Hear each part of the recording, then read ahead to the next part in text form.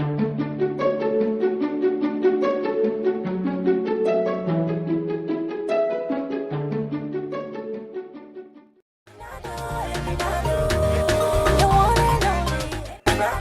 gentlemen, welcome once again to Tonight with Peter Ojun. Remember, it's not Ojun, it's Ojun. And tonight we're going all Shakespeare on you guys. And to help us with that, we have a guest in the house.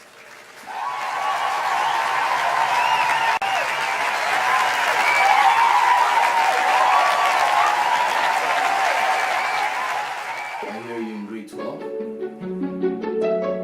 Oh. I feel thorns where my crown was. I'll be weak, but I'm alive from the dust until dawn. We're gonna have for a student in grade 12 who's gonna give us a little bit of a summary and an analysis for Hamlet.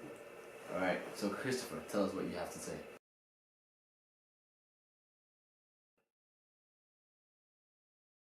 Okay, what happens is it opens up in Denmark, in Elsinore. Things have gone crazy in the kingdom of Elsinore.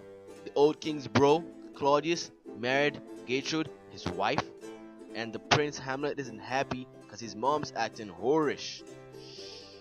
Everything's getting weirder when some guards notice the old king Hamlet's ghost. The guards holler at Hamlet like, "Yo, you gotta see this." So Hamlet goes to see his papa ghost, who tells him that his bro Claudius wanted to be king and murdered him. Papa Ghost tells Hamlet he's gotta show Claudius some street justice and send him to the morgue. Back in the castle, Hamlet's bae, Ophelia, been listening to advice pouring from her popsy, Polonius, and her bro, Laertes.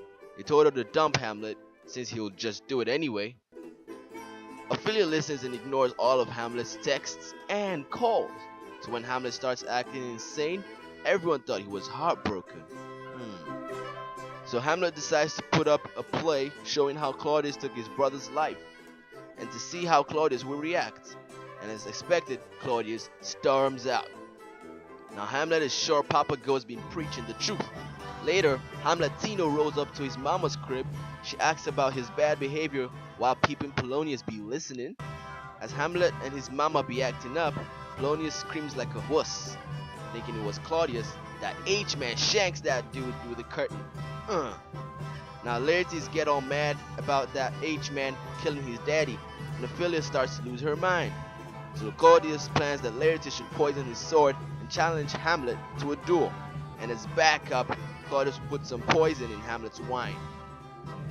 This mess gets even worse, gets even more real when the queen runs in and says, "Ophelia has drowned."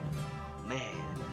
As Laertes and Hamlet fight out, the queen toasts her son and sips some of that poisoned vodka. Laertes and Hammy stab each other with the poisoned sword. Just then, Gertrude kicks the bucket and Laertes snitches to Hamlet how Claudius is trying to kill him. So Hamlet shanks Claudius and makes him drink some of that poisoned vodka. The struggle is real. Gotta have it. Finally, the royal fam's all dead, and the kingdom goes to some Captain Norway named Fortinbras.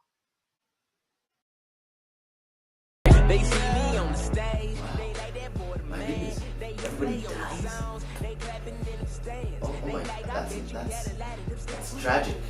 Anyway, that was an amazing summary. Thank you very much.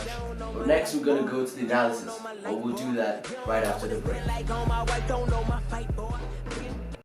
Oh my god, he is so hot.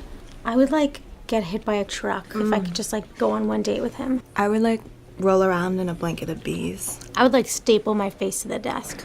Ow. It's worth it. He's worth it. Is he playing guitar right now?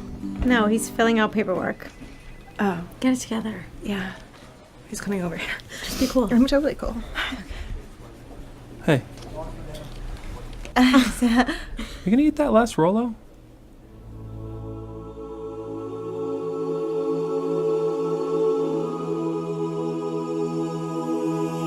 Come on down, the sunshine. There's fire in your eyes. You look at me in that happy way. Every time I see you. The Rolo. Are you gonna have it? I'm sorry. Come on down the moonlight, as tears that fill your eyes.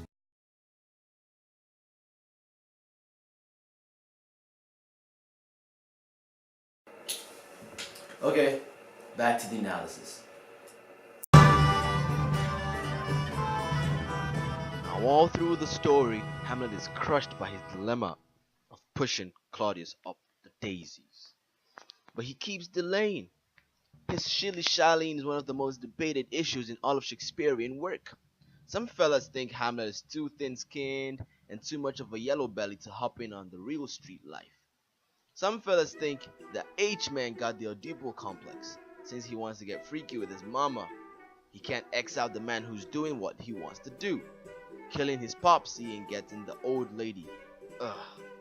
Some scholars think Hamletino is just trying to buck the system and bring evil government to justice. If you're careful, you'll notice that the man shakes, popping in images of poison and diseases down in the hood.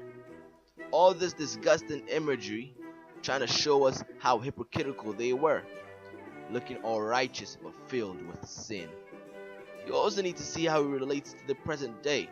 Like in the 21st century people, Hamlet has no clear devotion to anything. His mind is divided. How can you survive in the babushka with all this moral and spiritual uncertainties? His confusion is seen in the famous to be or not to be speech. Some scholars think Hamlet's not sure if he wants to live or die, but you see, Hamlet's not the only ambiguous person. Willis Shakes, as Wisecrack calls him, says we are all uncertain. Ooh. Check this out. Can we trust Papa Ghosts? Was Gertrude involved all through? Did she kill Ophelia?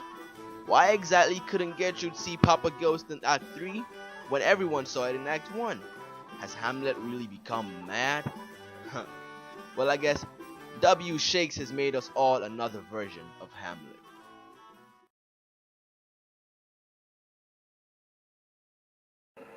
So Christopher, it was an absolute pleasure meeting with you today, and I'm so glad you came. The chat was awesome. Thank you for enlightening us in Hamlet, and thank you guys for tuning into today's episode with Tonight with Peter and June.